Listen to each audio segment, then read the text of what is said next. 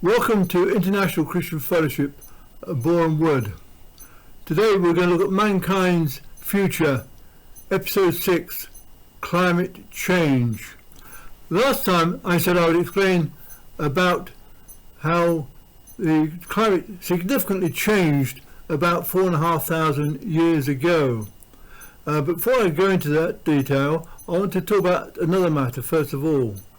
Scientists are in general agreement that at the time there was only one landmass, which they called Pangaea.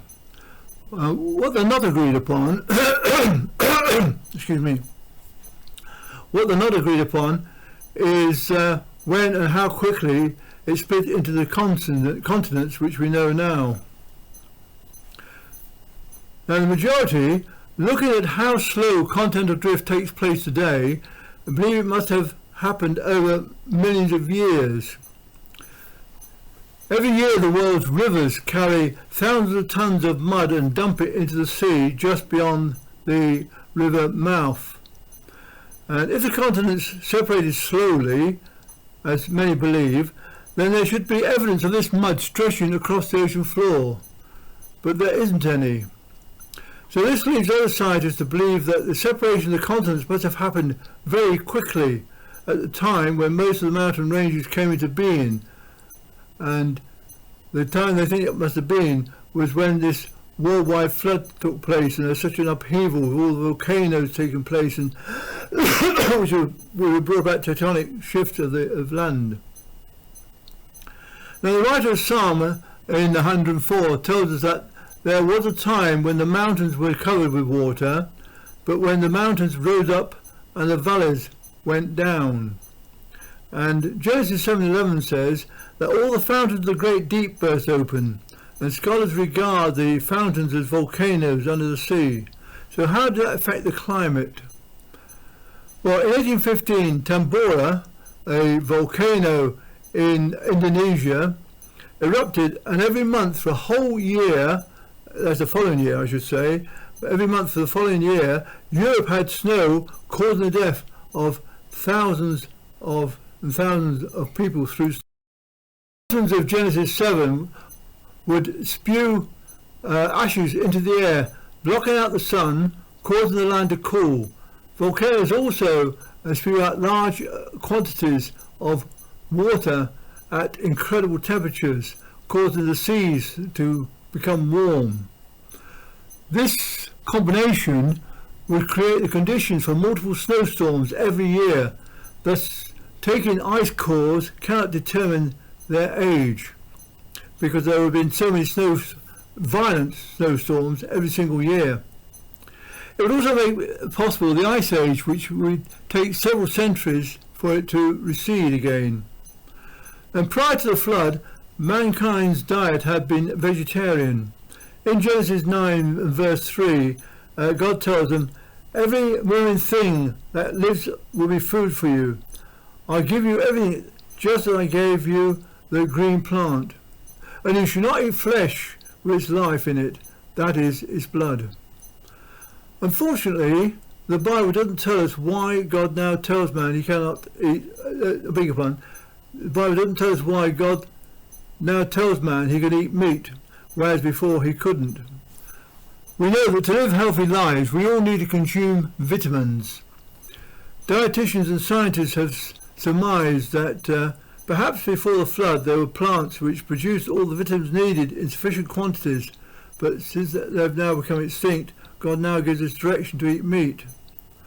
Of 13 important vitamins, meat provides them all, and 5 of them are found in appropriate amounts in eggs alone.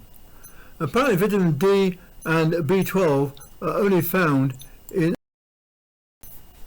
Consequently, vegetarians, along with others, are encouraged to take vitamin supplements rather than rely upon natural diets.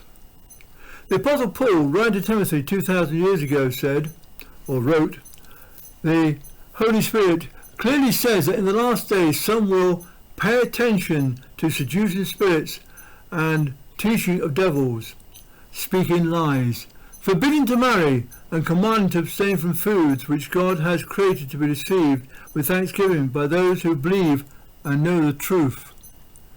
Marriage has come under attack, particularly since the 1960s, with a dozen laws being enacted in the last period of time, leading up to the Same-Sex Marriage Act of 2013. Throughout the history of mankind, the family had provided a measure of stability to society, but now, in the biblical and natural sense, it is seriously undermined to the detriment of future generations of children. With the current fears about climate change, there are already those who are forbidding the eating of certain foods, particularly meat, just as was prophesied 2,000 years ago. Today, we live in an age where instead of using technology to water the deserts and plant trees, and that is done to a limited extent, but it could be done much more, we're told not to eat meat instead. So what I'd like to do is to read Genesis 11, 1 to 9. Now the whole earth had one language and the same words. As the people journeyed from the east, they found a plain in the land of Shinar and settled there. They said to each other, "Let us make bricks and bake them thoroughly."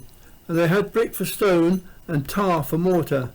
Then they said, "Come, let us build a city and a tower, whose top will reach to heaven, and let us make a name for ourselves. Otherwise we'll be scattered abroad over the face of the whole earth." For the Lord came down to see the city and the tower that the sons of men built. The Lord said, "The people are one, they have one language, and this is only the beginning of what they will do. Now nothing that they propose to do will be impossible for them. Come, let us go down and there confuse their language, so they may not understand one another's speech." So the Lord scattered them abroad from there over the face of the earth, and they stopped building the city. Therefore the name of it was called Babel, because there the Lord confused the language of all the earth. From there the Lord scattered them abroad over the face of all the earth. May the Lord bless the reading of his word.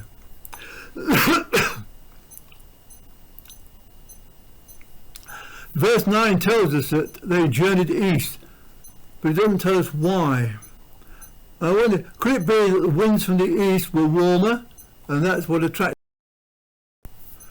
Verse 4 shows they were afraid of being scattered, but God had told them to fill the earth, not to all live in one place. They also wanted to make a name for themselves, a sign of pride, which is a form of idolatry. Since they wanted their tower to be really high, it seems as though they didn't actually trust God's promise to never flood the whole earth again.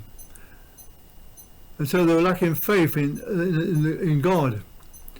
So in confusing their languages, God's purpose of the earth was being fulfilled, was going to be accomplished, because since they could no longer understand one another, they then separated and went their different ways. As the different families scattered over the earth, this would naturally lead to what's known as inbreeding. Thus the different characteristics of the various ethnic or family groups will become more marked. We can see this not only in skin colour, but in eyes and many other features, some of which are not visible to the naked eye. The Apostle Paul reminds us there is only one race. In the book of Acts 17:26, he says, "All nations of men are of one blood." Even atheistic scientists who once taught some races were superior to others now confess we all come from a common ancestor. The Bible points out that not only were Adam and Eve our first parents, but we are also descended from Noah and his wife. Anthropologists have concluded that the multitude of tribes in the world originated from about 70 different families. And if you read Genesis chapter 10, you'll find there's about 70 family groups recorded there, which probably are the same 70 groups mentioned by anthropologists. So God bless you as you think about the effects of global warming, particularly as that is a very topical subject for today.